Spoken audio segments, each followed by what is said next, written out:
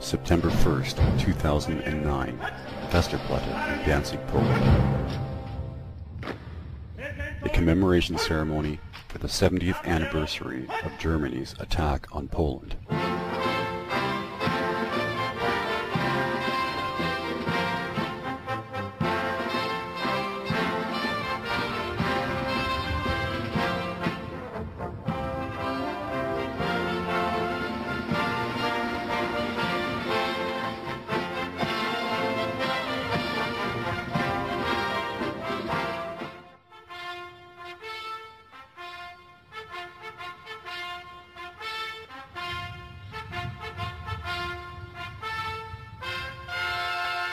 German Chancellor Angela Merkel. Dear Mr. President, Prime Minister, dear colleagues, Excellencies, ladies and gentlemen, 70 years ago today, with Germany's attack on Poland, began the most tragic chapter in the history of Europe. This war, instigated by Germany, brought immeasurable suffering upon many peoples, years of disenfranchisement, humiliation, and destruction.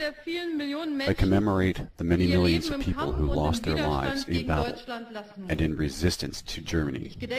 I commemorate those 60 million who died in this war, instigated by Germany.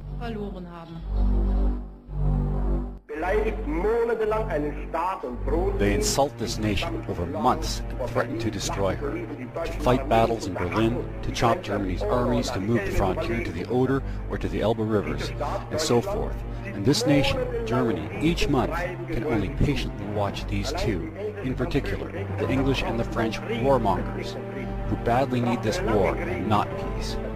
We need a long war, as Mr. Chamberlain has said, at least 3 years long. And for my peace proposal, I am verbally abused and personally insulted before the whole world. Mr. Chamberlain denies and categorically refuses to even discuss peace. I hear from London only one cry, that now this war must go forward, and that it must continue, even if it means that England thereby is destroyed. It is not, however, my intention to wage war, but to build a new socialist nation of the highest culture. And every year of this war robs me of that work.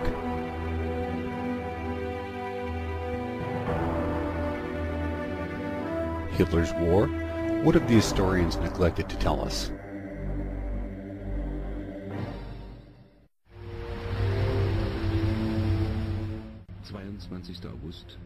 22nd of August, 1939.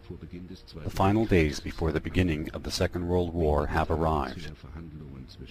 A few days of intensive negotiations between the European powers will decide whether the remaining stipulations of the Treaty of Versailles will remain in effect or be lifted, and thereby decide whether there will be peace or war in Europe.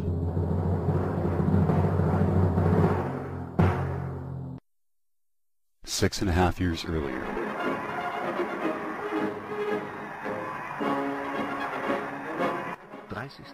of January 1933. The National Socialists celebrate their rise to power. Their victory was the result of the collapse of the Weimar Republic. No less than 20 social democratic, middle-class dominated cabinets, with 12 different chancellors, have failed. Millions of Germans live in hunger. Sebastian Haffner, an outspoken enemy of the Third Reich, describes the atmosphere during the takeover as follows. It was a very common and widely felt feeling of salvation and liberation from democracy. To begin to revive the decimated German economy, the National Socialists institute 4-year plans in which the economic goals and required labor programs were defined. The man responsible for the creation and implementation of these plans was Hermann Göring. Of prime importance to the National Socialists was improving the health and well-being of the middle class through government contracts. An important office created to combat mass unemployment was the Reichsarbeitsdienst, National Labor Service. This 6-month-long work service unshackles the labor market, bringing qualified training to the youth and creating work projects for the common good. In the agricultural sector alone, these measures and the hours of service which they made possible amounted to many hundreds of millions of workdays for Germans, whether through draining swamps, forestry, road building, or labor for the harvests. The achievements of the Reichsarbeitsdienst are undisputed.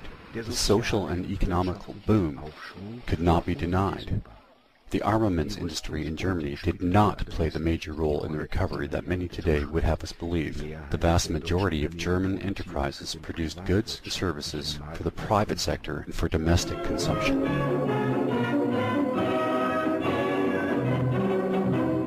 Deutschland, Land der Treue, o du mein Heimatland, hier schwören wir aufs Neue, Treue mit Herz und Hand. Strahlend erstehst du wieder, herrlich nach banger Nacht.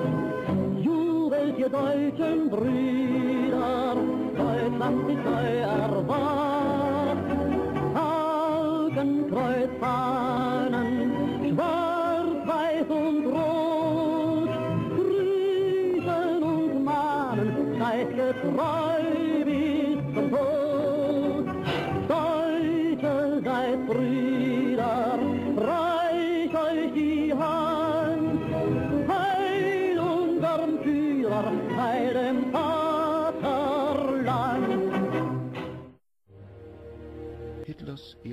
Hitler's initial foreign policy objectives are humble and reserved, and only upon his realization that the World War I victors are ignoring him with his conservative approach does he change his tactics. Hitler then begins to focus his attention upon the German state of Saarland, which in the Treaty of Versailles had been transferred to France for a period of 15 years. Thereafter, the people of Saarland were to be offered a referendum on whether to remain in France, become neutral, or to reunify with Germany again. The result of this referendum dashed the hopes of the French, when 90.8% of the people of Saarland demanded a reunification with the German Reich.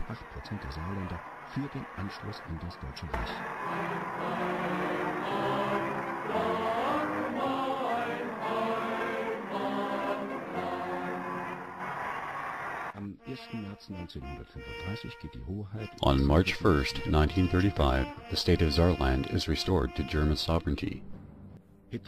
Hitler, having just won his first international political victory, gives the State of the Nation address to the Reichstag, national parliament, where he ceremoniously buries any and all further German claims on the French-occupied Alsace-Lorraine region. His next concern is the demilitarized Rhineland. In 1921 and 23, France and Belgium had used Germany's demilitarization of the Rhineland to occupy the Ruhr Valley region with their own troops. In 1925, despite this insulting violation, the German Reich reaffirmed its commitment to the demilitarization of the western border region by signing the Pact of Locarno. For this gesture, Germany is rewarded with membership in the League of Nations. Simultaneously, France, Belgium, and Germany make guarantees to each other to make no further territorial claims upon one another. Just 10 years later, however, this treaty is violated. France signs a mutual assistance pact with the Soviet Union, which is clearly aimed at the German Reich. Not only did France flagrantly violate the Pact of Locarno, but thereby also nullified the German-Polish Non-Aggression Pact. With that treaty, Hitler had created a secure eastern border with Poland, and thereby had circumvented France's policy of encirclement. Thus, France, with her new ally, the Soviet Union, successfully recreated this ring around Germany. After this treaty violation by France, Hitler no longer felt bound to the Pact of Locarno, and thus he ordered German troops into the previously undefended German territory of the Rhineland on March 7, 1936.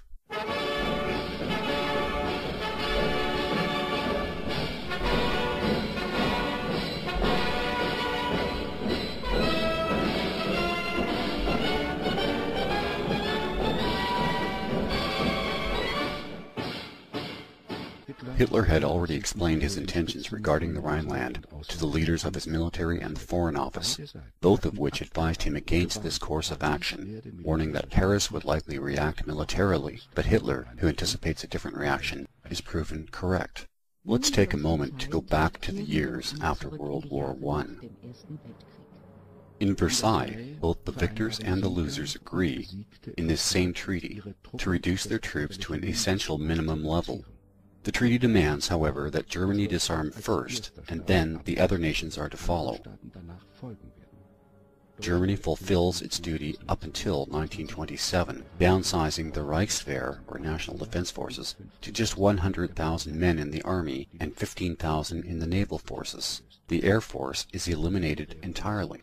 Now it's the Allies' turn to keep their commitments and disarm, as stipulated in the Treaty of Versailles. In reality, however, France, England, and the USA have no intention of disarming as agreed upon. Quite the opposite, in fact, as France, England, and the USA maintain their extensive military forces, and France in particular their land and air forces, while the USA and England retain all of their naval assets. Indeed, all three invest significantly in the modernization of their arsenals. Requests by Germany to at least be permitted to bring its existing defense forces into a viable state simply go ignored.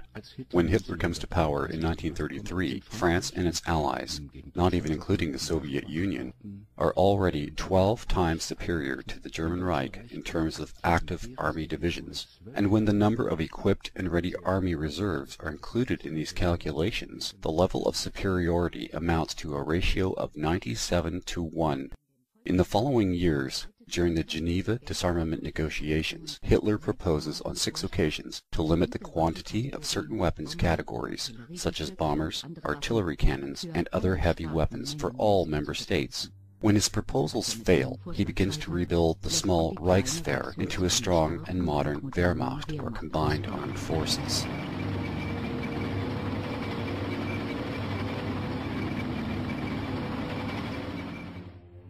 Hitler's next foreign policy objective is the reunification of Austria with the Reich. At this stage, such action would be considered unilateral annexation. It is essential, therefore, to revisit the historical relationships. Until the Prussian-Austrian War of 1866, Austria and Germany had been united through the Second Reich for nearly 1,000 years, and also later in the Bund, or German Confederation.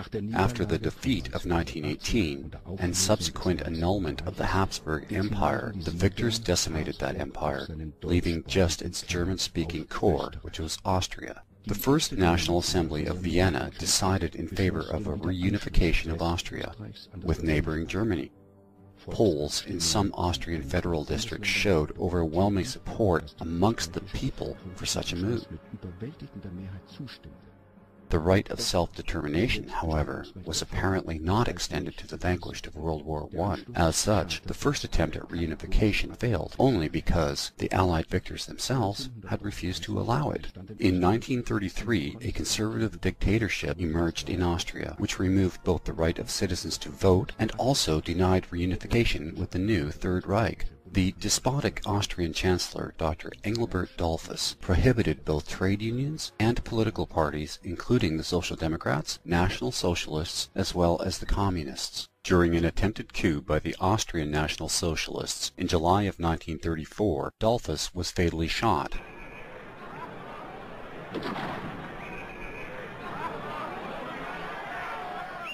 In March of 1938, his successor, Dr. Kurt Schuschnigg, attempted to circumvent the popular will for a reunification with the German Reich by way of a very peculiar type of referendum on extremely short notice.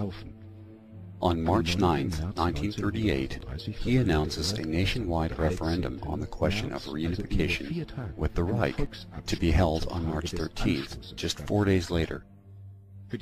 During this referendum, there were to be no electoral registrars.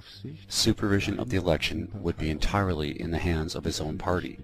Citizens in the public service were ordered to only go to the referendum under direct supervision of their superiors. Furthermore, they were to openly show their completed referendum ballots to their respective superiors. People were only permitted to vote against reunification with the Reich. Those who wished to vote in favor of a reunification with Germany were to make their own ballots. Austria's Home Secretary, a National Socialist by the name of Dr. Seyss-Inquart, on 3 occasions demanded that Chancellor Schuschnigg postpone his referendum and hold one later, in a lawful constitutional manner, but his protests were in vain. Schuschnigg called that nonsense, and he categorically refused. Finally, Seyss-Inquart contacted his German counterpart, Home Secretary Göring, who had spent part of his youth in Austria, who then, in turn, passed the ball to Hitler. Göring, having lived in Austria in his youth, and Hitler as well, being born in the Austrian town of Braunau, on the border with Germany, watched Schuschnigg's attempts at manipulation with disgust. All attempts to convince Schuschnigg to resign failed. It is only when Göring eventually threatened to send in German troops that Schuschnigg would suddenly resign.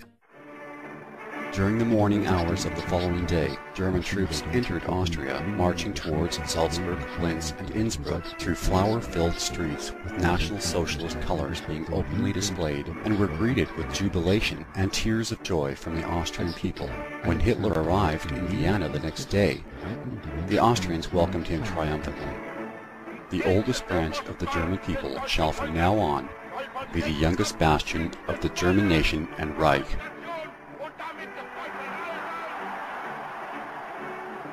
I shall, in this hour of the German people, declare my greatest success as a leader and the Chancellor of the German nation and the Reich. In this moment of German history, I welcome the entrance of my homeland, Austria, into the German Reich. Almost simultaneously, Austrian troops entered Munich, Dresden, Stuttgart, and Berlin as a sign to the world of a peaceful and voluntary reunification, and not one of conquest. In the meantime, on March 13, Chancellor Seyss-Inquart of Austria and Adolf Hitler signed a pact declaring their joint intention of reunification of Austria with the German Reich. Then, on April 10, 1939, a nationwide referendum is duly held and the approval of the Austrian people is confirmed, with 99.73% of the Austrians voting in favor of the reunification with the German Reich. So much for the annexation of Austria. Gesungen und vom Rhein klang man schönes Lied. Deutschen Stammes waren wir immer, bis ein Hader uns zerriss. Dieses kleine Lied, es soll euch mahnen, soll euch sagen, was in Zukunft werden soll. Deutsche Ostmark, Volk am Rhein, ihr sollt nie mehr euch entzweien.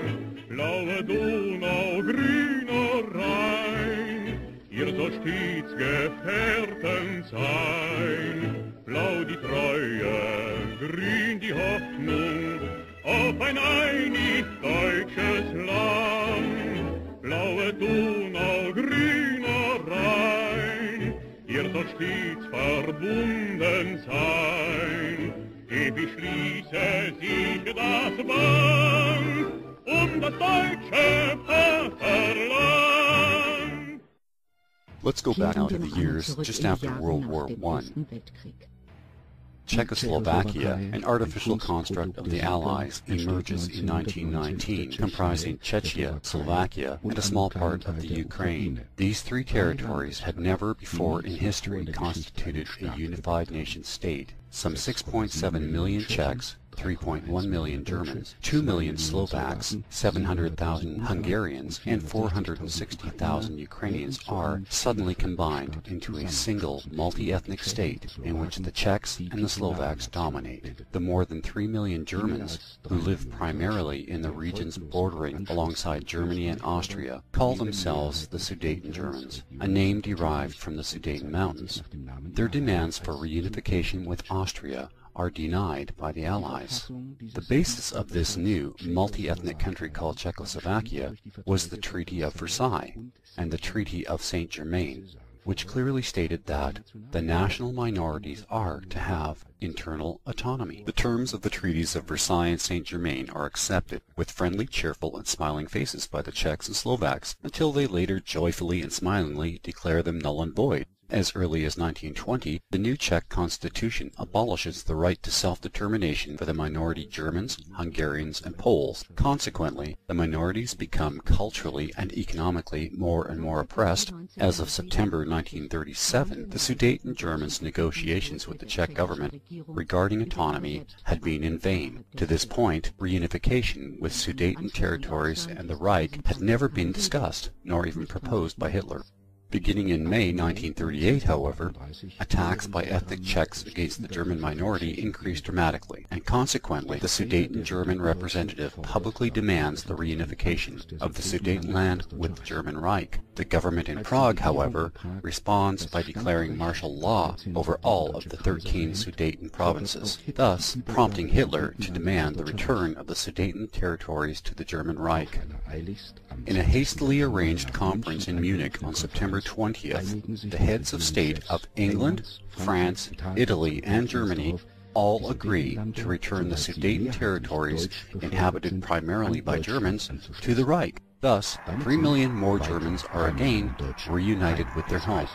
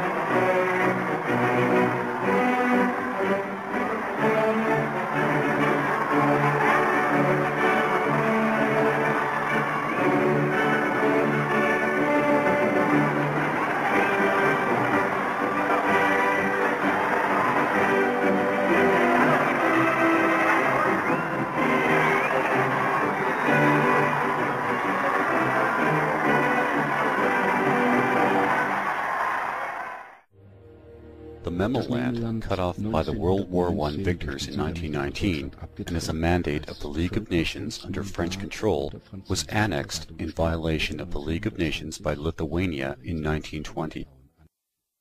After the Sudeten Germans' successful return to the Reich, the Germans in Memel regions also demanded their return to the Reich.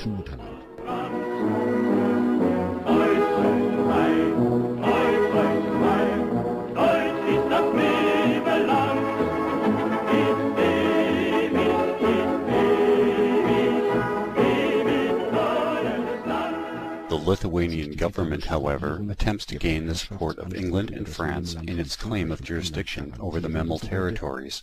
However, both countries refuse to weigh in. As a result, the Lithuanian government agrees to a treaty with Germany for the return of Memel to the Reich on March 22, 1939. The Lithuanians then withdraw their administrators and troops. In return, Lithuania receives a free market zone in Memel and free right-of-way for a 99-year duration. The return of the small Memel territories was, however, by and large, inconsequential for the Reich. There were, however, some reverberations as Poland began to feel alienated. Warsaw feared a similar situation might arise in the Free State of Danzig, situated in Poland, but technically under mandate of the League of Nations. The victorious Allies had, however, from the start, granted Poland many additional rights over postal services, businesses, thoroughfares, transit fees, duties, and tariffs, and as such, Danzig was, for all intents and purposes, already under Polish control. Despite these extra concessions, which already exceeded the existing treaties, Poland remained unsatisfied. The Polish government publicly threatened several times to completely annex Danzig. Let's go back now to the years just after the World War. In spite of her territorial gains, Poland is still unsatisfied with the new order in Eastern Europe. The Polish delegation at Versailles, Roman Dmowski, had even then proclaimed that these territories granted to this newly created nation of Poland were merely a down payment on a much greater Poland.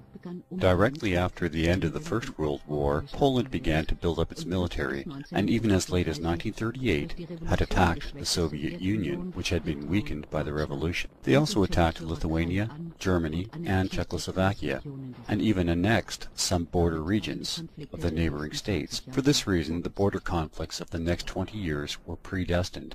Until 1934, conflicts between Germany and Poland smoldered. In the previous year, just after Hitler had won the elections, the Polish head of state, Marshal Pilsudski, several times sought to enlist France for the purpose of effecting a bilateral attack against Germany. France, however, declined to participate, and so Poland eventually changed tactics. Finally then, in 1934, a friendship treaty was signed, introducing a period of closer diplomatic relations, but under the surface, disputes were still simmering. Danzig, in particular, situated on the Baltic coast next to East Prussia, had been completely cut off from the Reich, and became the new focus of political attention.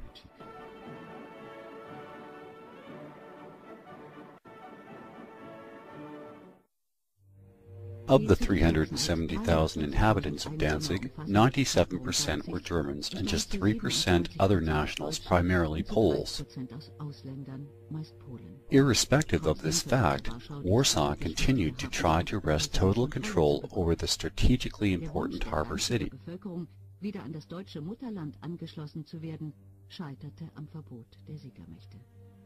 The German demand for reunification of Danzig with the Reich constitutes just one of the three reasons that would lead to the coming war between Germany and Poland.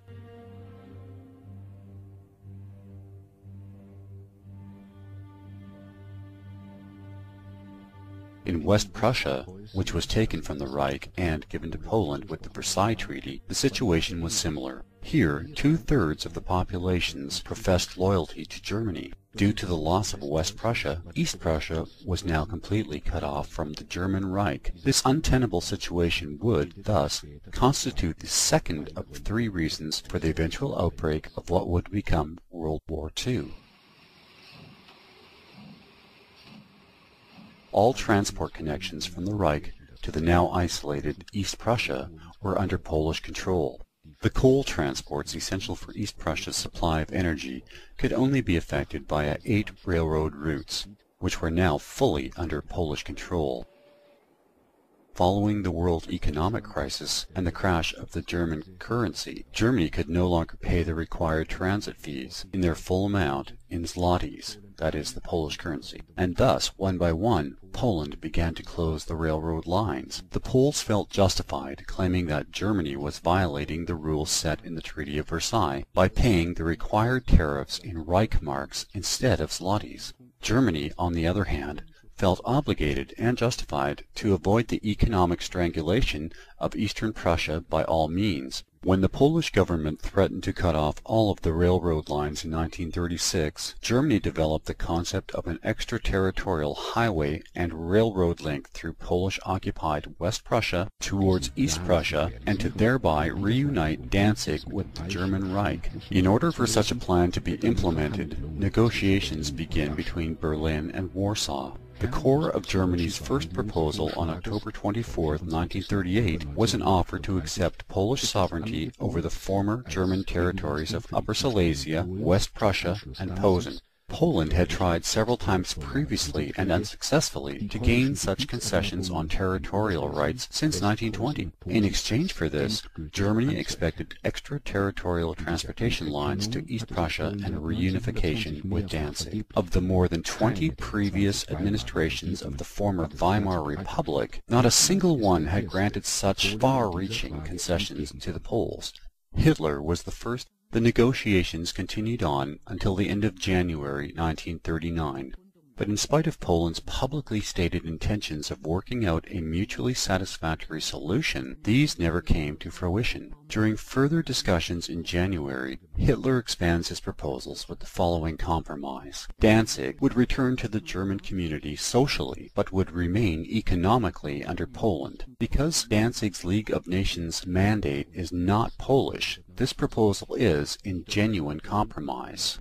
In February and March 1939, even as Germany is still looking for a peaceful settlement, Poland is already thinking seriously about war. In February, the Polish General Staff develops guidelines for military operations against Germany. On March 4, 1939, the so-called Main Staff begins planning for Operation West, a full month before Hitler orders the leadership of the Wehrmacht to commence work on Fall Weiss, plan for an attack against Poland. At this point, the World War I allies have already placed their bets on the outcome of this game. As early as March 1939, London and Paris guaranteed their support to Warsaw in the event that the Danzig and corridor questions would develop into a military confrontation. When the former Reichschancellor Heinrich Brüning, living in exile in London at the time, proposes a compromise to the English Foreign Office aiming to avoid a military showdown, he is gruffly brushed off by Churchill, who makes it unequivocally clear to Brüning where Great Britain's interests lie. Winston Churchill states, "What we want is for the German economy to be completely smashed." The ranks begin to close, with the French ambassador in Berlin, André-François Poncet, stating, "You have to live with the Germans, but it would be way better if one could just drive them out of Europe, like the Arabs were once chased out of Spain."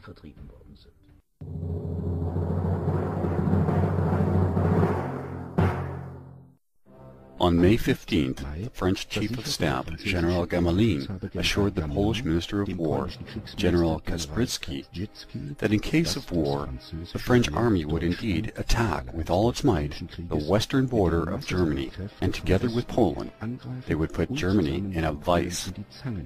That promise served to reinforce Poland's anti-German stance. Warsaw was encouraged by this promise, and from then on became increasingly undiplomatic in its tone towards Berlin. While the British, the French, and the Poles commenced to shore each other up for an impending war against Germany, Hitler continues to pursue a negotiated settlement to the problems with Poland. On April 28, in a memorandum to the Polish administration, and in a speech to the Reichstag, the German parliament, Hitler yet again acknowledges Poland's claim on West Prussia and its need to access to the Baltic Sea. Furthermore, he offered additional treaties between the two nations. No threats towards Poland are made, and not a single word about war is uttered. Had the Poles accepted this offer, and in a counter-move granted the extraterritorial highways and the reunification of Danzig, World War II would have been avoided. Bolstered by English and French guarantees of war support, Poland has no further incentive to negotiate in good faith with Germany, and in the meantime, in Warsaw, maps are suddenly starting to circulate which contain a new western Polish border extending to just west of Berlin. All across Poland, the so-called pogroms against the minorities begin. In Galicia, Ukrainians are detained, while Germans are forcibly deported to the Polish interior by the thousands. German stores are boycotted, their farms torched, and ethnic Germans are physically assaulted. And on 3 separate occasions, Polish air defenses opened fire upon German Lufthansa civilian airline transport planes en route to Königsberg. In July and August of 1939, facing increasingly violent attacks, ethnic Germans now become a wave of refugees. Night after night, Polish border officials shot at the fleeing Germans. Nonetheless, many would try to make their way to safety and freedom. Shortly before the official outbreak of war, there were already 80,000 ethnic Germans in refugee camps in both Danzig and the German Reich. Hitler, on numerous occasions, advised the English and the French administration that, with regard to this drama, a solution to the German-Polish question cannot be delayed anymore. The misery of the minority Germans in Poland was now far overshadowing the still open questions concerning Danzig. The misery of 1939 had now developed to the third and most pressing reason that would lead to the outbreak of war. Hitler concludes that these problems might, in the worst-case scenario, only be resolved by means of warfare. In the summer of the year 1939, Hitler gives the order for 52 army divisions to be deployed. One aspect we have not paid any attention to so far is the role of the Soviet Union.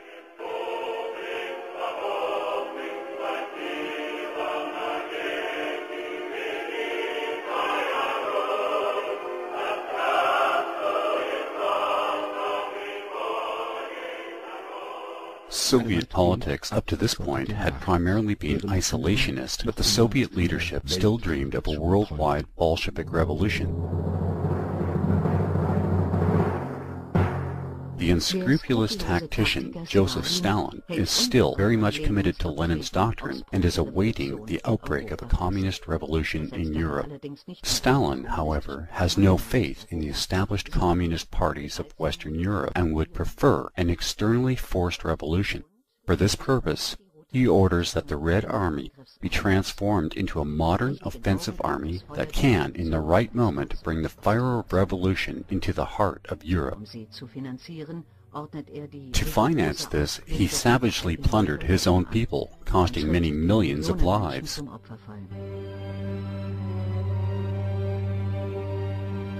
His aim was to squeeze as much out of the farmers as possible in order to sell it abroad.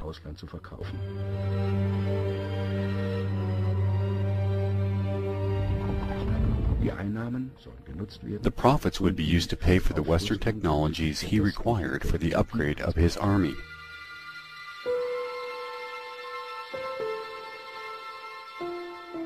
While the exact cost in terms of human lives in this tragedy remains unclear to this day, it is certain that, in the Ukraine alone, the breadbasket of Russia, at least 5 million people perished from starvation, and of these, the elderly and children accounted for the majority of the victims, while Stalin's minions confiscated their seeds in order to finance his ambitious plan for the modernization of his armed forces. By 1934, the Soviet Union already possessed more tanks than all of the other European powers combined, and in 1941, immediately prior to Germany's Eastern Campaign, Soviet combat tanks already numbered approximately 24,000. Stalin's strategy was based largely upon a plan created by Mikhail Tukhachevsky, head of the Revolutionary War Committee, who as early as the beginning of the 1930s had developed a concept of exporting revolution. In Tukhachevsky's model, the Red Army's role was that of fighting and winning wars through highly destructive deep penetration into enemy territory through superior tank and air forces, and if necessary, even the use of chemical warfare. Stalin's commitment to this concept explains the volume of a mass-produced tank type called Klement Voroshilov, or KV, which was especially designed for Western Europe's well-developed network of roads. After the English and Soviet negotiators establish a possible framework for an alliance against Germany in April and June of 1939, a French and English delegation traveled to Moscow in August to begin to lay the groundwork for a war against Germany. Stalin, however, delays the representatives of the Western powers, stalling for time, as he gets his own separate plans in order. Stalin is not interested in peace. He wants war in Europe and nothing else, and only under his own terms does he choose his allies. Germany, however, also seeks to cut a deal with the Soviet Union. Hitler seeks an alliance with Stalin before striking Poland. He erroneously assumes that a pact with Russia might prevent England and France from acting militarily against Germany.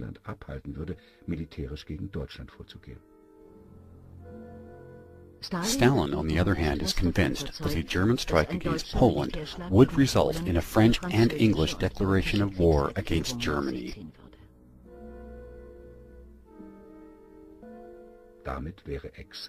This would create exactly the perfect storm which Lenin had prescribed in his doctrine of 1920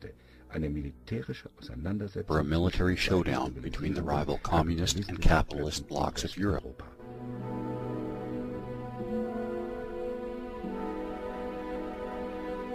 On August 15, 1939, as Germany offers Stalin a mutual non-aggression pact and a fair distribution of the respective spheres of mutual interest in Eastern Europe, Stalin achieves his goal. He is confident now that the situation has reached critical mass, and therefore he calls for a secret meeting of the Politburo on August 19, 1939. Only within the realm of his most trusted inner circle does Stalin finally let the cat out of the bag. Stalin stated, "The question of peace or war has reached a critical phase. The solution hangs entirely upon the position that the Soviet Union shall take. We are absolutely convinced that, if we sign a treaty of allegiance with France and England, Germany will be forced to shy away from Poland and to seek a temporary resolution with the Western powers. This way, a war could be avoided. On the other hand, however, if we accept Germany's proposals for a non-aggression treaty, then Germany will most certainly attack Poland, and the intervention of England and France will become unavoidable. Under these circumstances, we have a great opportunity to stay out of the conflict and patiently bide our time. It is imperative for us that this war last as long as possible until both sides are exhausted. That's exactly what's in our interest."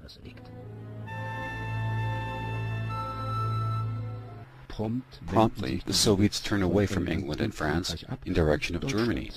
On August 23rd, a German-Soviet non-aggression treaty is signed. Hitler's back is now cleared for an attack on Poland.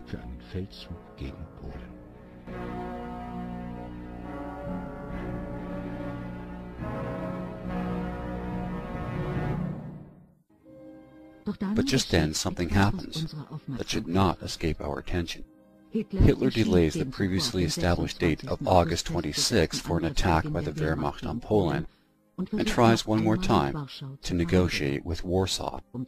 In attempting to reach a successful outcome to this initiative, Hitler begs the English government for assistance in the talks with the Poles, and offers London Germany's assistance and a friendship pact. The aim, besides a peaceful resolution of the Polish-German conflicts, would be a final settlement of all British-German differences. Hitler offers a guarantee for Poland's borders, as well as his future support for the British Empire should it ever need military support. England, however, evades this offer and plays for time, delaying Hitler by hinting at Poland's possible readiness to negotiate, while at the same time telling Warsaw to maintain its hard and bitter stance towards Germany. London is now going to play a game of cat and mouse with Berlin for several days, for the sake of appearances on the international stage, and to temporarily pacify Germany. London finally urges Poland to negotiate with Germany. But the English foreign minister sends Warsaw a mixed message. Indeed, the Polish government needs to negotiate, but nobody in London will misinterpret the Poles' readiness to negotiate any concessions with regard to this issue. In plain text, the message to Poland was as follows: negotiations, yes, but the concessions toward Germany are not expected. Also of historical importance in this context is the role of the American President Roosevelt. Despite already knowing for 7 days that Hitler has agreed to the Soviet Union's demand for East Poland becoming a sphere of Soviet influence, Roosevelt fails to pass on this information to the Polish government. It doesn't require much imagination to realize that the Polish government, had it known of this arrangement, would have preferred the reunion of Danzig with the German Reich over the loss of Eastern Poland.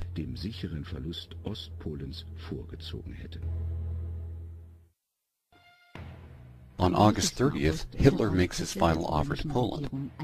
He demands the reunification of Danzig to the German Reich as compensation for Germany's approval on Poland's acquisition of formerly German territories after World War I. Furthermore, he demands a referendum of the inhabitants in the so-called corridor, the former land bridge between Pomerania and East Prussia. The inhabitants of that area, for which Hitler formerly had only demanded extraterritorial transit ways, now shall decide themselves whether they are Polish or German. The nation that would win this referendum would be obliged to grant to the other nation extraterritorial transit ways. This means either a German transit way from Pomerania to West Prussia, or a Polish transit way from within Poland to the Polish Baltic harbor Gdynia. No matter the outcome of this proposed referendum, Gdynia should remain with Poland. The Polish government reacts, however, as if it had been advised by the British in advance, and Poland does not accept any compromise. Finally, in the afternoon of August 31st, 1939, a 10-day-long negotiation marathon concludes with yet another Polish refusal. The contents of the notes, telephone calls, and personal talks during these negotiations, which took place between London, Warsaw, and Berlin, were placed in the files of all of the respective diplomats and administrations, and in such an efficient manner that there can be no doubt about the correctness of the description of Hitler's final peace initiative. Hitler is often quoted as having said, shortly before the outbreak of the war, "I am just afraid that in the last moment some dirty dog may come along with an intermediate proposal." This suggests that the German side, and especially Hitler himself, didn't want to negotiate. It is merely a fabrication from the Nuremberg trials. When the Polish government on August 31st, 1939, refuses again to get into direct negotiations with Germany, Hitler finally gives the order for the Wehrmacht to attack Poland on the next morning.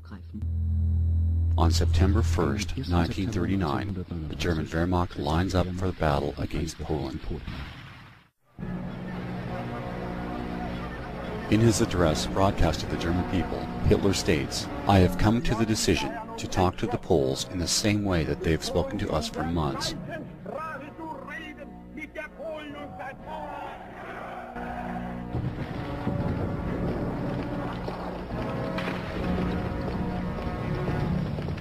As of 5:45 hours today, we are firing back."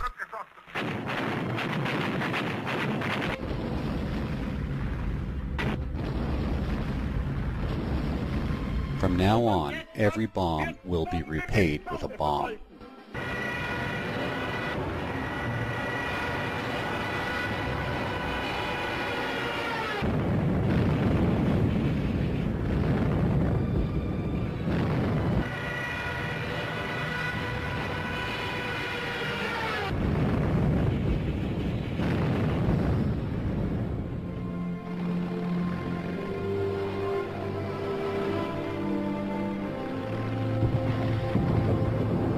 On September 3rd, England and France, in keeping with their pact with the Poles, declare war upon Germany. Almost the entire Commonwealth and some French colonies follow suit. Chamberlain hat damit seinen Plan umgesetzt. The dispute over Danzig, the corridor, and the human rights of the German minority in Poland has, in a 2-day time period, developed into World War II. Right from the beginning, the civilian populations are impacted as well. On the one hand, German troops cannot always avoid that civilians will be affected, but on the other hand, the Polish population, with the full support of the military from the beginning, starts to hunt German civilians who still live in Poland. A wave of house searches is followed by depredation, displacement, abuses, robberies, rapes, and murders of more than 5,000 citizens within Poland, whose mother tongue is German, and they lose their lives in disgusting fashion. The greatest bloodbath takes place during day 3 of the war in the city of Bromberg, where approximately 1,000 are murdered. The conflict escalates when Polish snipers, after the withdrawal of the regular Polish troops, initiate partisan warfare against German troops. On September the 4th, war also begins in the west. England's Air Force, with 16 bombers, attacked German ships that lay in the harbors at Cuxhaven, Wilhelmshaven, and Brunsbüttel. One day later, German U-boats and the Royal Navy begin their war in the Atlantic, and on the same day, both sides sink their first enemy trade ships. On September the 6th, a German directive comes into effect ordering German forces to neither shoot at nor to inspect French trading ships, as the government of the Third Reich makes further attempts to keep France out of the war. On September 10th, England violates the neutrality of the small country of Belgium, as her bombers fly through her airspace, possibly in an attempt to drag Belgium into the war.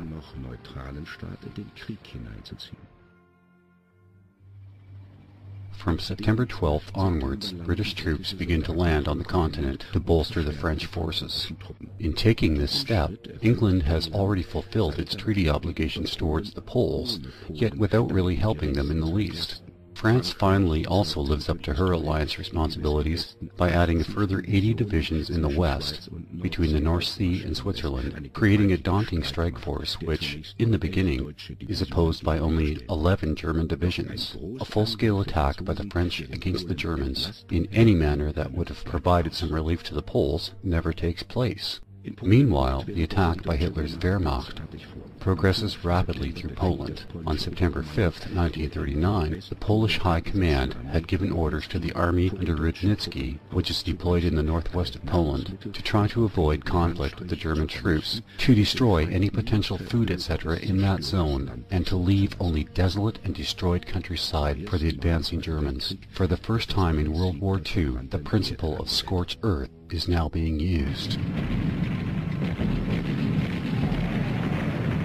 While the German Wehrmacht overruns Poland, the inner circle of the Bolshevik leadership assembles in Moscow on September 7, 1939.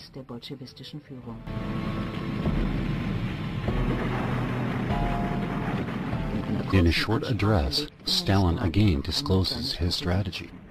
The war is being fought by two kinds of capitalistic states. We have nothing against them beating each other up and weakening themselves. Hitler himself is unwittingly shattering the capitalistic system. We have room to maneuver and can bring up one side against the other to engage them with each other even more.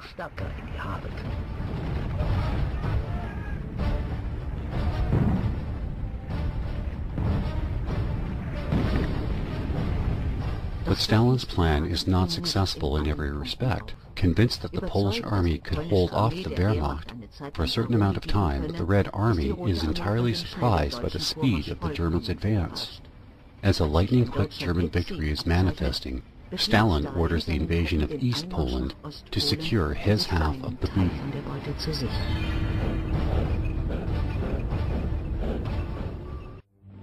Only one day later, on September 18th, the German Wehrmacht succeeds in capturing all regions of Poland west of the Kukon line, except for the capital of Warsaw itself.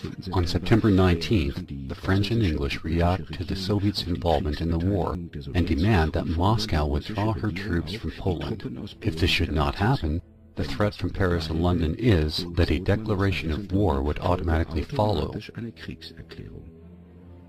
It remains, however, only a threat. 4 weeks later, the British and the French initiate secret negotiations with the Russians in order to eventually drag them into a common war against Germany.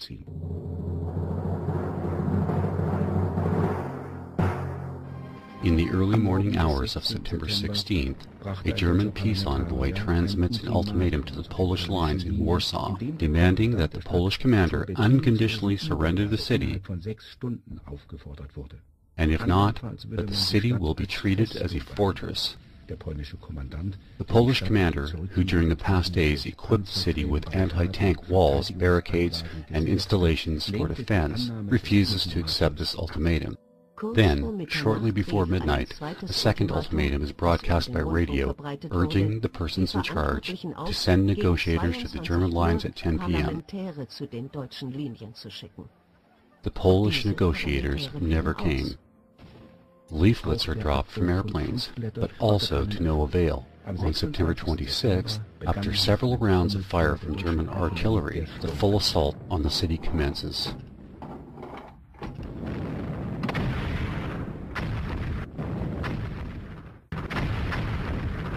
"24 hours later, Warsaw capitulates.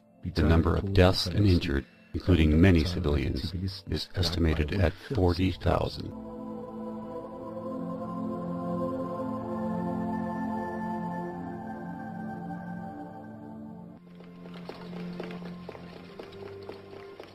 The German-Polish-Soviet War ends with the defeat of Poland after only 29 days.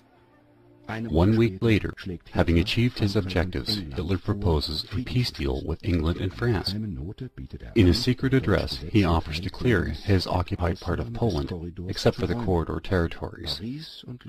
Paris and London, however, refuse the offer. Their goal, evidently, is not at all to rescue Poland, but rather the complete destruction of Germany.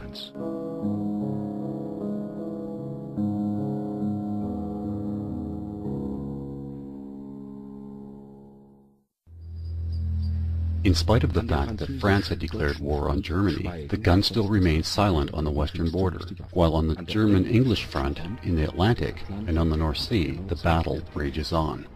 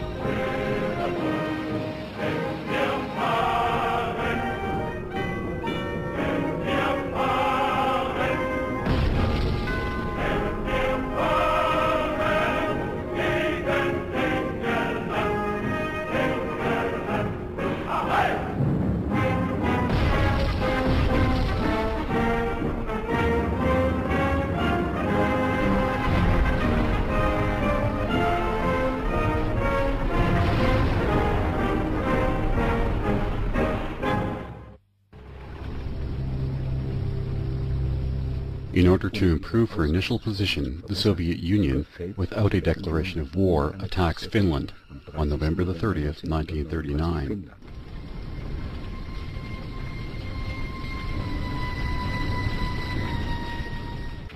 Only 160,000 Finnish troops battled the Red Army aggressively, causing her significant losses in only a few months in a bitter winter battle. Almost 130,000 Soviet soldiers would die, and not until March 1940 does Finland finally surrender to Russia's superior military might. For the German manufacturers and armaments industry, the replenishment of Swedish ore from the Norwegian harbor of Narvik is vital, and both London and Paris know this as well. On March 2nd, and again on April 6th, the German government of the Reich offers peace to France and England, and the withdrawal of her troops from Poland. The English reply with the deployment of sea mines in Norwegian territorial waters. Only 3 days after the latest German peace offer, the Germans, the British, and the French all converge on Narvik and engage in battle.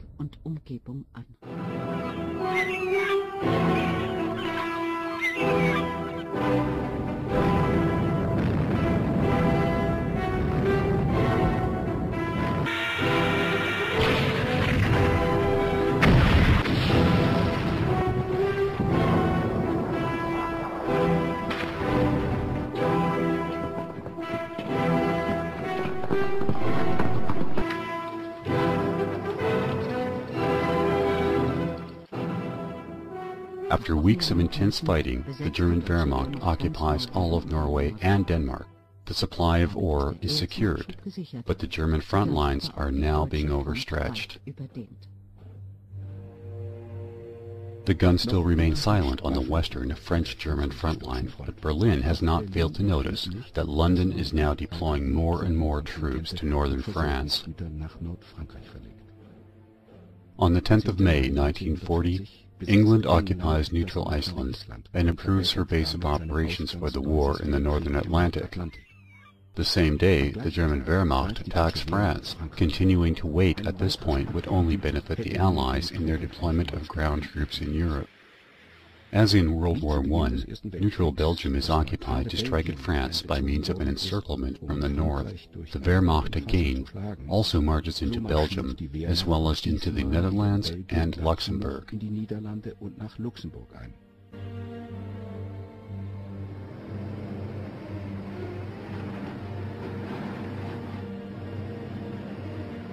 France is ultimately defeated within 6 weeks, and the expression blitzkrieg becomes infamous.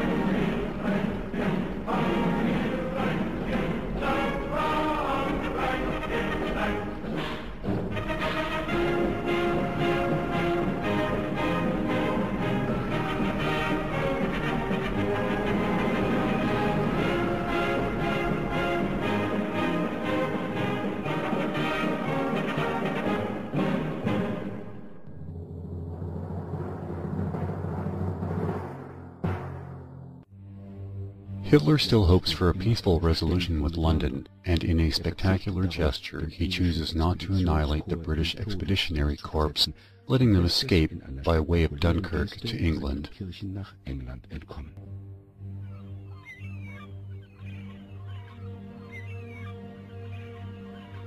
On the 20th of June, Italy declares war on the already defeated France. The German side reacts with reservation to this move. Harvest helpers is the sneering expression that the German troops give the uninvited guests who have arrived to secure a share in the spoils and the glory, after the hard fighting was already completed.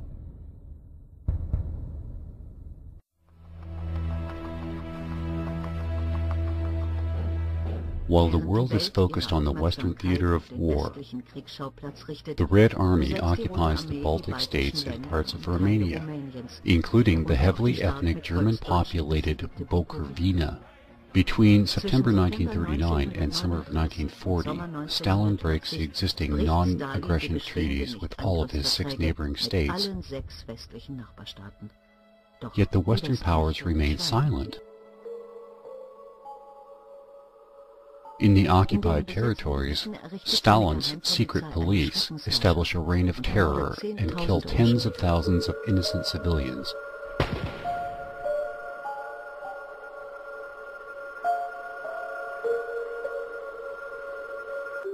Not a word of criticism from London or Paris, who reserve judgment in the hopes that Stalin will yet become an ally against Germany.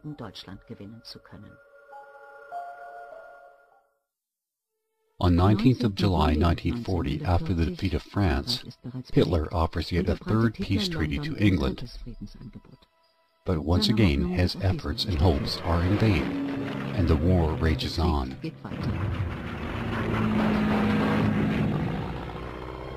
From the 7th of July onwards, Germany endeavors to defeat England by means of an air war, but this effort would also fail.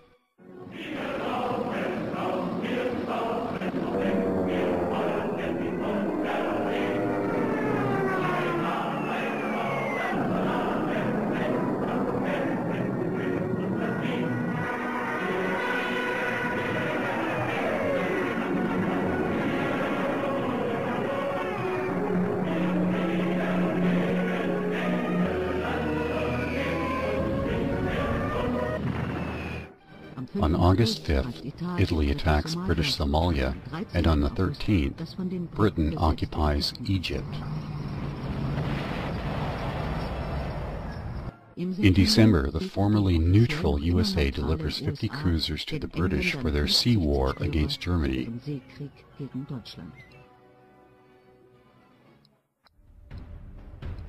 On September 1st, the Soviet Union introduces compulsory military service. Millions of young men head to the barracks. Shortly after, the German Secret Service informs Hitler about the content of a secret meeting of the highest Soviet from August 2nd, where it was openly stated that it would be necessary to postpone an attack of the Western neighbor.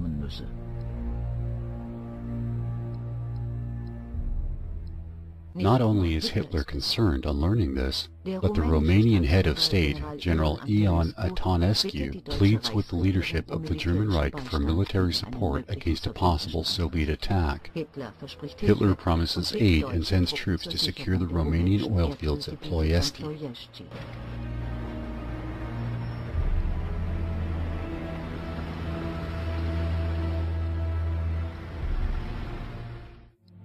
In spite of England's desperate military situation, the British were surprised by the more than 24 German offers of peace that reached the British Isles via secret diplomatic channels.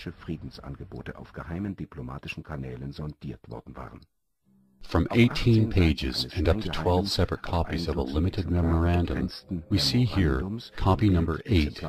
The Foreign Ministry had compiled the various neutral party and German peace initiatives.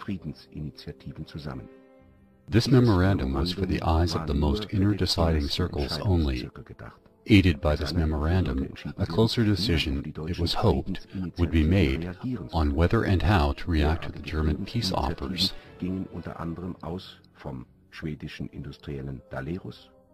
Other such peace plans had been initiated, for example, by the Swedish industrialist Dollarus, by the former Chancellor of the Reich, Franz von Papen, the Vatican, the King of Sweden, the Finnish Prime Minister, the King of Spain, Dr. Ludwig Weishauer, and also Dr. Joseph Goebbels. But the new English Prime Minister, Winston Churchill, would have none of it. Although he is aware that England on her own cannot possibly defeat Germany, he does everything in his power to buy time and to drag Russia and the United States into the war. Churchill's policy of war escalation with millions of victims was in accordance with the British war doctrine, established by chief ideologist and permanent Undersecretary of the British Foreign Office, Sir Robert Vansittart, who personally established all guidelines for British diplomats in September 1940. Vansittart stated, "The enemy is the German Reich, not merely Nazism, and those who have not yet learned this lesson have learned nothing whatsoever. All possibility of compromise has now gone by, and it has got to be a fight to the finish, and a real finish. We have had more than enough of Mr. Dollerus, Mr. Girdler, Weizauer, and company. Hence, the British foreign policy, in her absolute desire for war, made no distinction between Karl Girdler, one of the leading heads of the German resistance, and the members of the National Socialist leadership, such as Joseph Goebbels.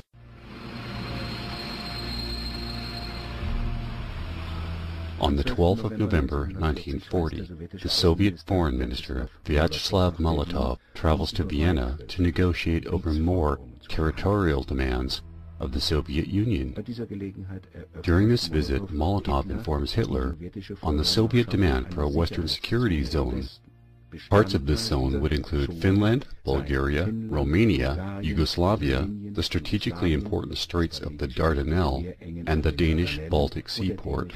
Further expansions of his country in the direction of the Bulgarian Ocean and the Persian Gulf are not explicitly excluded by Molotov and remain as future options.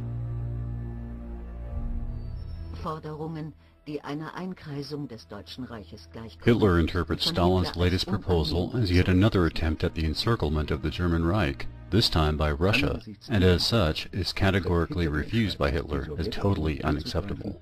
On the basis of this veiled threat, rather than wait for an inevitable attack by Stalin, he will launch a preemptive strike against the Soviet Union. This is documented in a diary entry by Joseph Goebbels, who quotes Hitler as saying, "We have to act now. Moscow will stay out of the war until Europe is exhausted and bled to death. Then Stalin will Bolshevize Europe and take over full control of Europe. We shall put a spoke in his wheel. Russia would prefer to attack us when we become weak, and then we will have the two-front war, which I hope we can avoid through this preemptive action."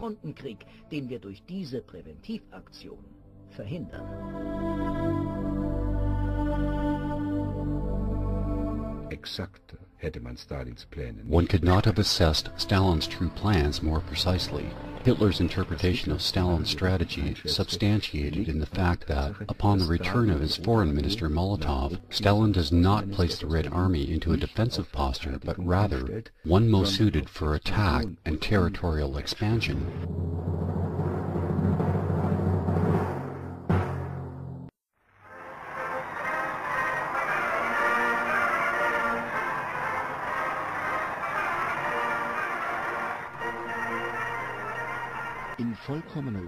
On October 28, 1940, in overstating her own might, Fascist Italy attacks Greece and Yugoslavia.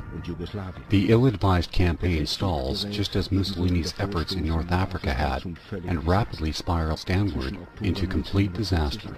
Between October 1940 and January 1941, the English engaged the Italians in the Balkans and in Africa, defeating them in both theaters. The Italian leader, Benito Mussolini, then asks Hitler for German military support, as Italy will be forced to drop out of the war if defeated. Hitler is thus forced to send German troops to Africa and the Balkans, defeating Yugoslavia in 11 days and Greece within 3 weeks.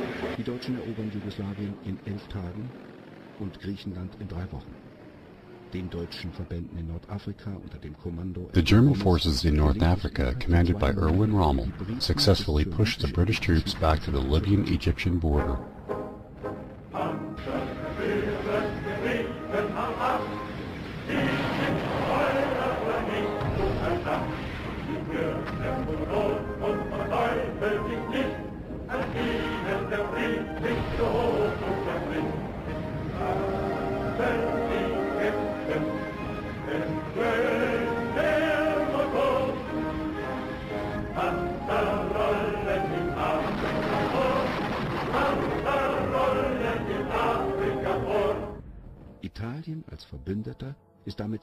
Italy, as an ally, is saved for the time being, but the price is high.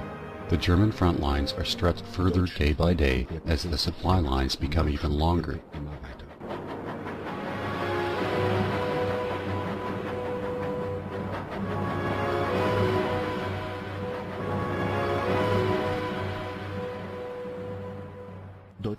Meanwhile, the Soviet threat continues to grow as the Red Army transforms itself into yet another enemy of the Reich.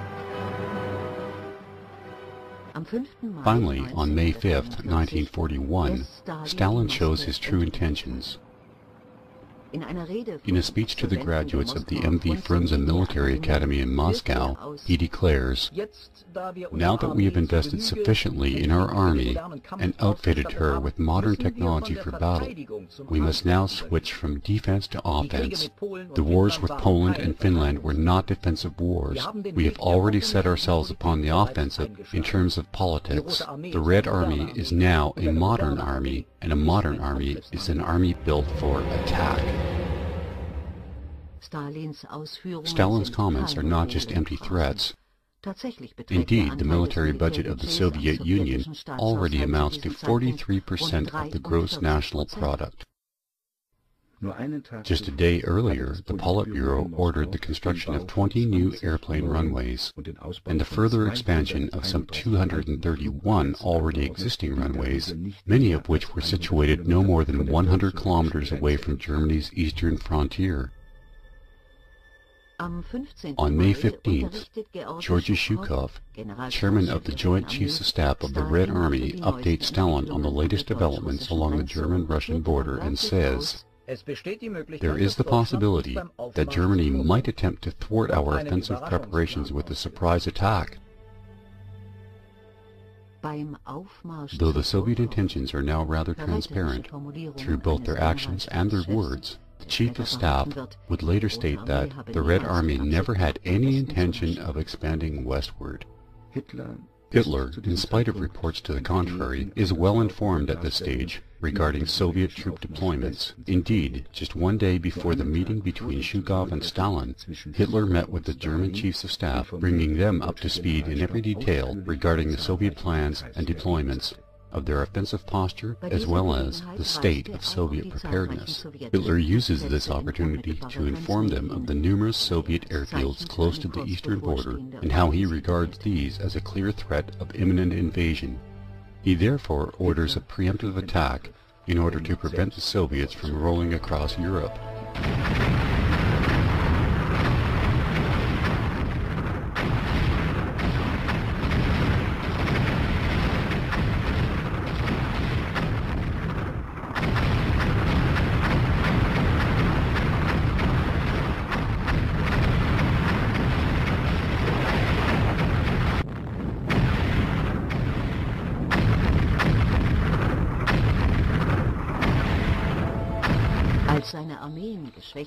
Although Hitler's army has been depleted by the previous campaigns and is still battling the British on numerous fronts, when they cross the Russian border on June 22, 1941, they encounter the largest ever invasion force ever assembled in the history of mankind.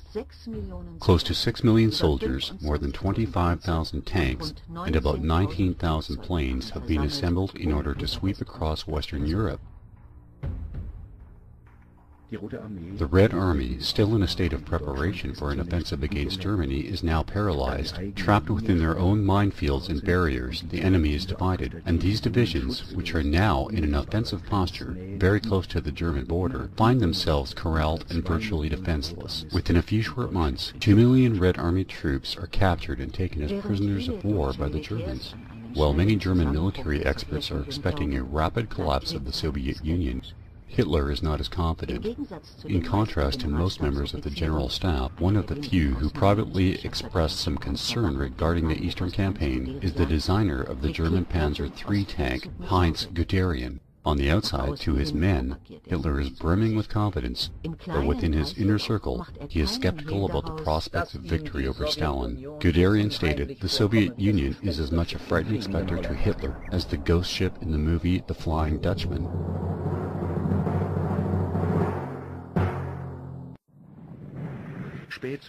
In late summer 1941, The new Russian tank T-34 appears. It is superior in terms of its robustness and weaponry to any German model, and becomes a source of concern for the German front lines. Its armor, of up to 7 centimeters, or nearly 3 inches, made it virtually invincible.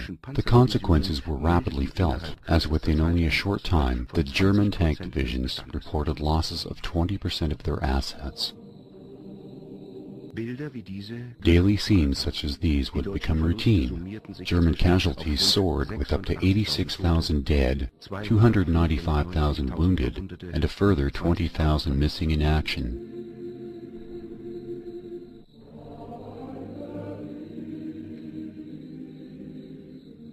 Ein nicht unbeträchtlicher Teil davon ging auf das Konto der russischen Partisanen, die mit äußerster Grausamkeit gegen die Lanzer vorgingen.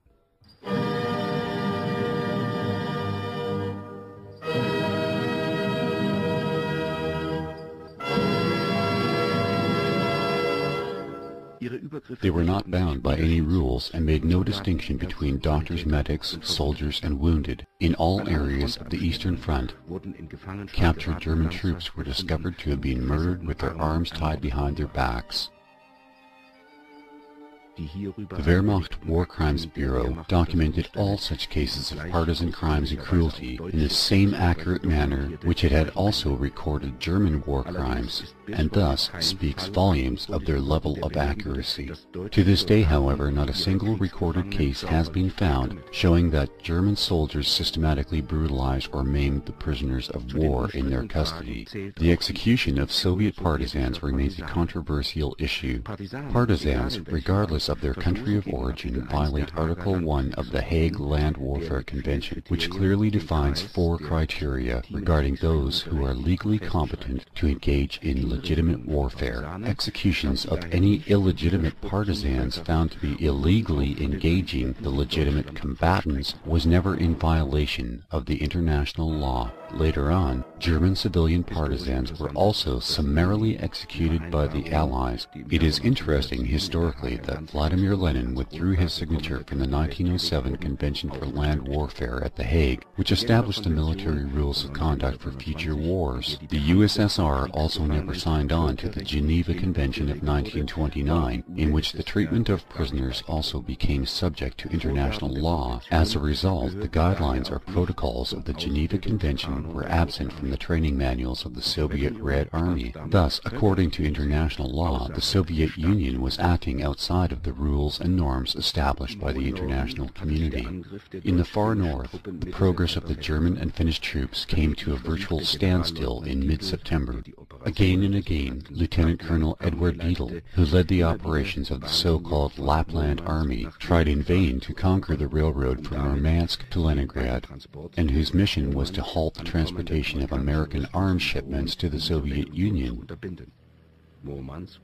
Murmansk was the only seaport in the Soviet Arctic Circle that was ice-free all year round, as the Gulf Stream currents prevented the surface from freezing over, even at air temperatures of -50 degrees Celsius. The war in the Nordic forests caused the greatest difficulty for the Germans. As heavy equipment was hardly usable in the frigid climate, the burden of the battles was literally borne upon the shoulders of the German infantry. Considering the rough terrain and the inherent supply problems, there were never more than 2 German divisions operating at the front of Lapland. For this reason, large military advances were impossible, and progress on the field was determined by small raiding groups on small missions, fighting a relatively silent and invisible war. As the German offensive against Murmansk was halted on the 14th of October, their casualties amounted to over 2,600 dead and missing, as well as 8,000 wounded. The seaports and railroads remained in Stalin's hands throughout the entire war. In 1941 alone, via Murmansk, the allegedly neutral Americans supplied the Red Army with more than 3,000 aircraft, 4,000 tanks, hundreds of thousands of vehicles, and vast stocks of munitions, equipment, and food. In mid-September, the rainy season had already set in.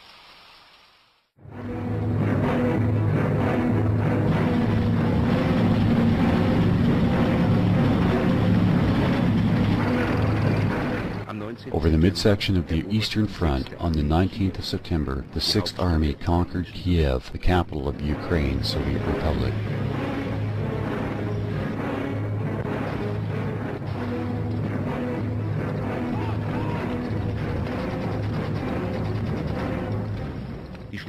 The battle in the area of Kiev was a fiasco for the Soviet side, with more than 660,000 Red Army soldiers taken prisoner.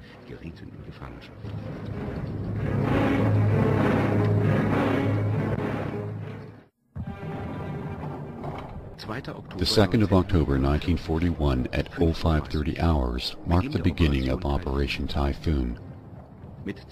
Northeast of Smolensk, with 2,000 tanks, Army Group Center, under the command of Field Marshal Fedor von Bock, launched an offensive against Moscow. The first reports indicated a great success. Meanwhile, Guderian's armed corps reached Orel, conquering the city before turning north.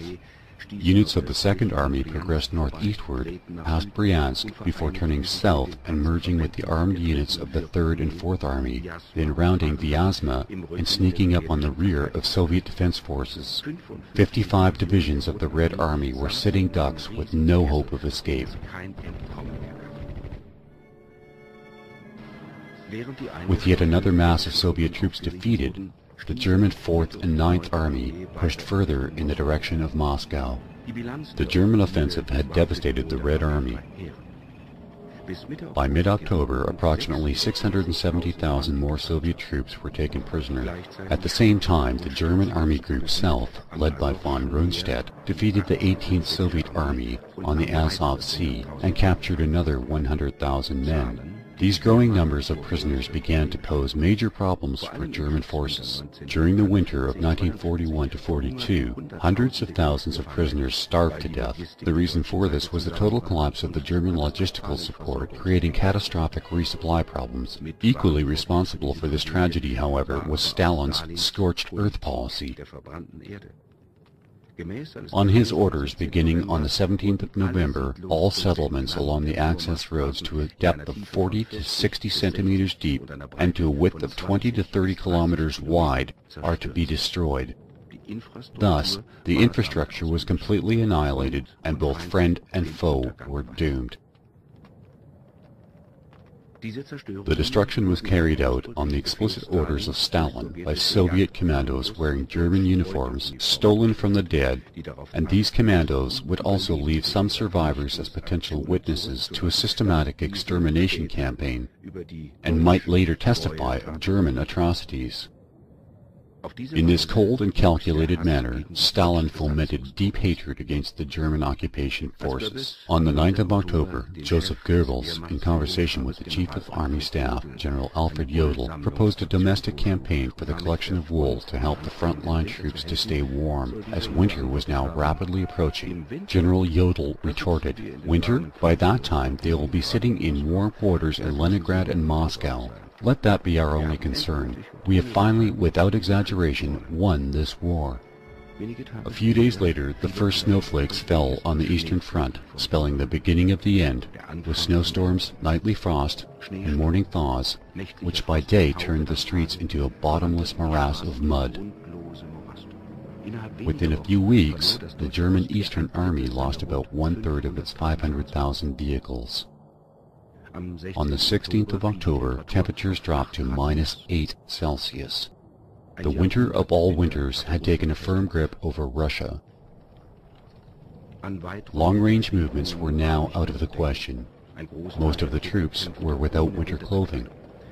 On some fronts, more soldiers fell from frostbite than from war-related injuries.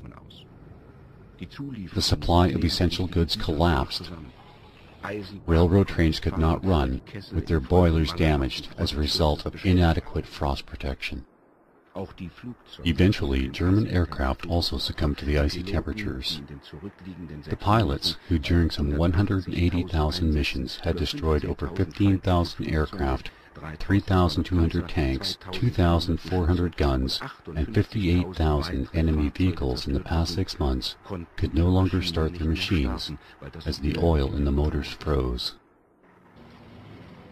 On the 23rd of October, the Wehrmacht report announced, Despite difficult weather conditions, the outer defensive position of the Soviet capital was breached across a broad front in recent days.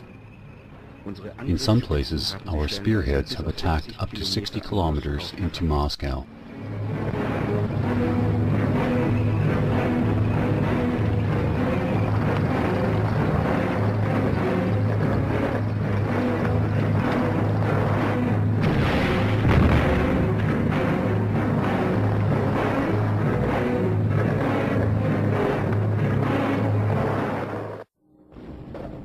In spite of all the hardships, the German units continued to fight, conquering Kharkov and thereby forcing access to the Crimea. In early November, Kursk and Feodosia on the Black Sea coast also fell into German hands.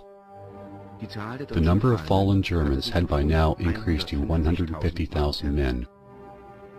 The capture of Rostov on Don by Army Group South on the 21st of November was described in the Wehrmacht report as being important for the continuation of the war. There was no more talk, however, regarding a fast blitzkrieg victory. On November 29, 1941, German Minister of War Munitions Fritz Todt, in a confidential conversation with Hitler, stated that, in light of the superior levels of Allied arms and munitions, a military victory was no longer possible. Hitler replied, "How am I supposed to end this war? I really don't see any way to end it through political means."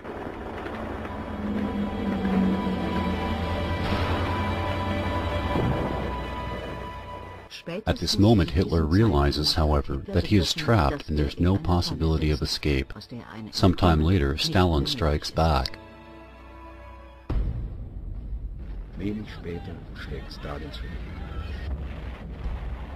Against this huge war machine, which produces hundreds of tanks and aircraft every day, and is supported by the Western industrial nations, especially by America and Great Britain, with all kinds of war materials, the German Wehrmacht, in the long run, has no chance.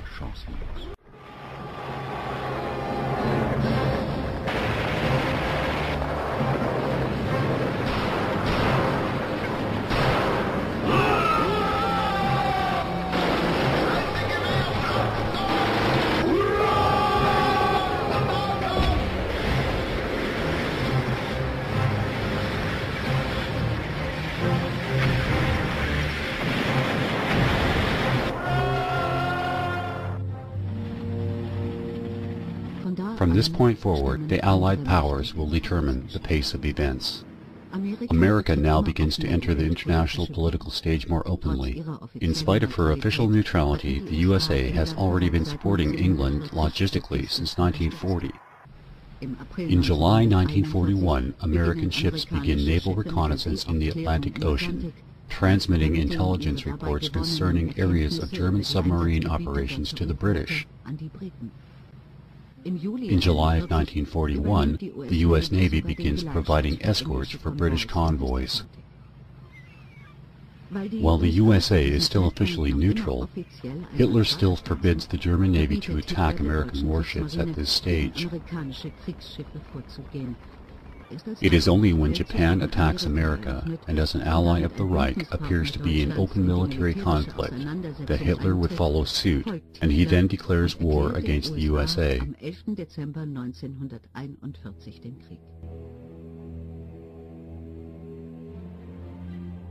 Just as in World War I, the same four largest opponents in that war now stand against Germany. And once again, it is the USA that will be the deciding factor, with their financial power, technology, arms industry, and troops.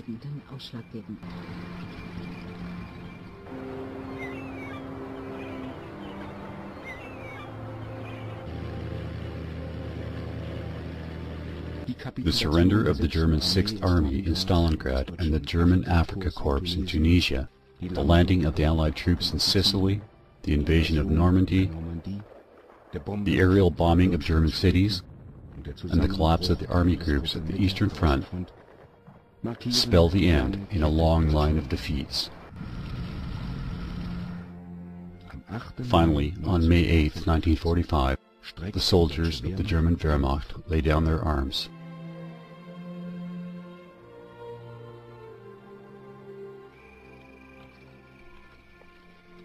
Again, these same Allied victors avail themselves of the booty without restraint. In some entire cities, the green light is given for looting. Hundreds of thousands of German patents are expropriated, advanced machinery, weapons, and technical equipment are carefully packed into boxes and shipped to the USA and the Soviet Union, along with captured German scientists. Millions of German prisoners of war are then conscripted into forced labor for many years.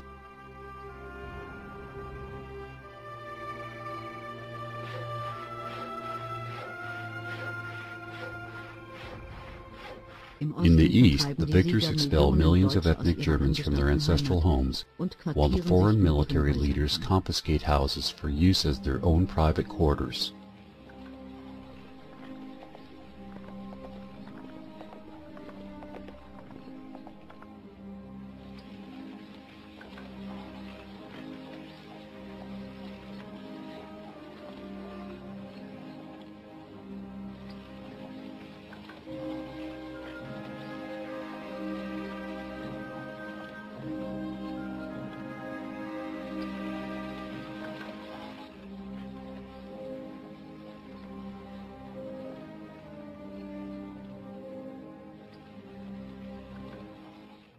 The German Reich, or better said, that which remains, is divided into 4 colonies. The victors called them occupation zones. The north was taken by the British, the southwest by the French, the south by the Americans, and the east by the Russians. The victorious Allies agree quickly on the most important question. Germany alone was at fault for this misery, and the one who is guilty shall pay.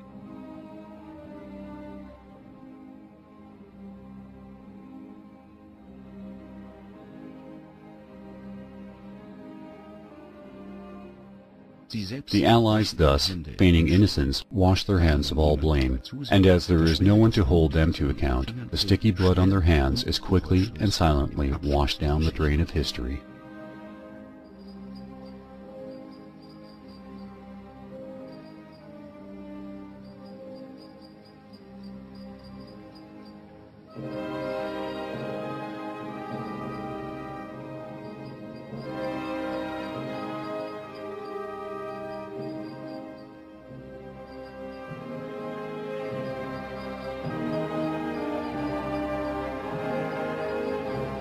Angela Merkel. If we think, in my country, to this day, about the fate of those Germans who lost their homes as a result of the war, then we must do so in full cognizance of our own responsibility, for it was Germany that was to blame from the beginning. And we do this without having to rewrite anything regarding this perpetual history of German responsibility. Such will never happen. Adolf Hitler. My intention was never to wage war, but to build a new social state with the highest level of culture,